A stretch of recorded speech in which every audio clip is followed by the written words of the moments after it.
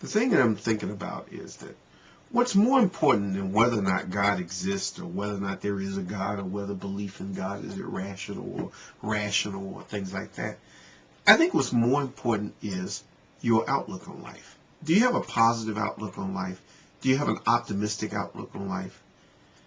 Are you an enthusiastic person who really believes in making progress and helping to make the world a better place? Or are you somebody who just thinks the world is doomed and that we're all going to hell and it's just going to be a terrible place? That's what the thing is. Are we looking at the destruction of the world? We're just saying, oh, it's just going to be terrible. I think people's outlook on life is what's more important than people's religious beliefs. I think there's too much hype on that. I think people make too big of a deal out of it. See, I don't really care if a person believes in God or if they don't believe in God. That's not as important to me as a person's outlook on life.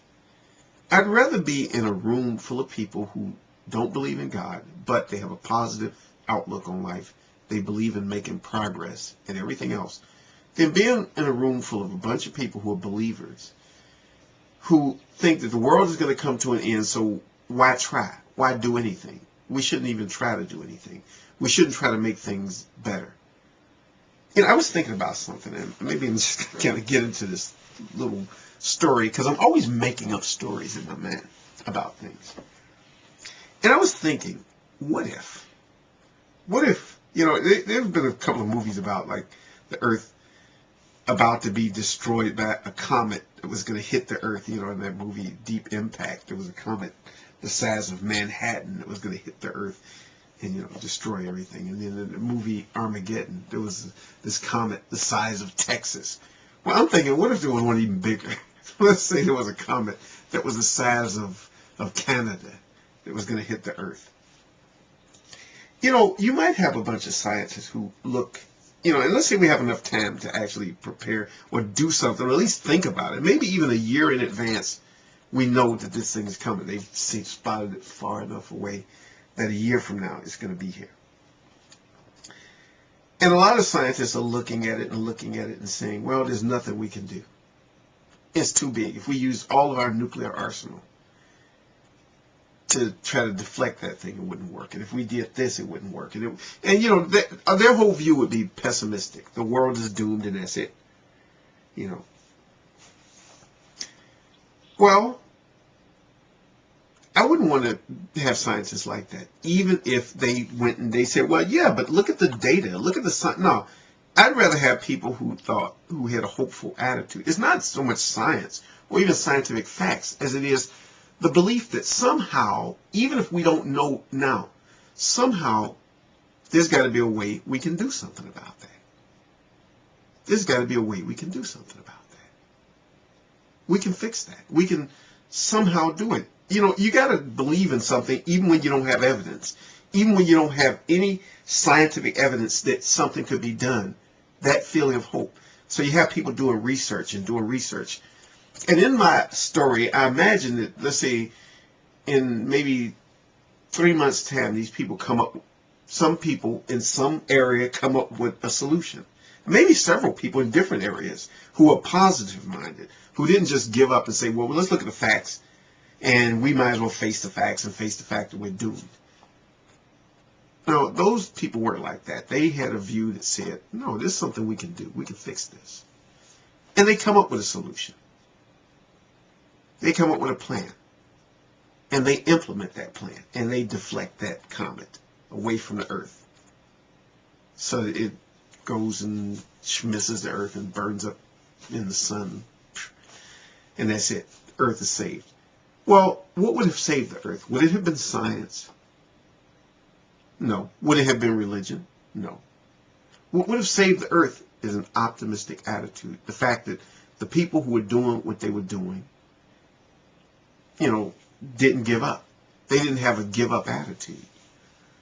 Now, I know that's a fictional story, but I think in life you have to look at things that way. One of the big problems with the thing that I have with the diabetes is that depression is a big problem for a lot of people. Because sometimes controlling your blood sugar can be hard. It can be a struggle at times. And there are times when it's easy to just give up and just say, forget it. I can never get this done, This is just too much. It's too much work. It's too much. I have too many things I have to monitor. Too many restrictions on my life. You can have that view of things, or you can have an optimistic view. And I think that my optimistic view has been helpful. It's my worldview, It's my view of things. See, I have this optimistic worldview. Maybe it's unrealistic. Maybe it's even silly. Maybe, and to some extent, it's even corny to a certain way. But it's my worldview. One word that I like, and I actually wrote it down. I'm not going to show because I have 100 other things on here. I actually misspelled it too. But I'm going to try to pronounce this word because I remember reading it many times in philosophy books. The word is, and it's a German word, used in philosophy a great deal, called Weltanschauung. I actually looked it up to see how to pronounce that. Worldview. I think that it has to do with, with how you look at things. Maybe your outlook on life, how you see things.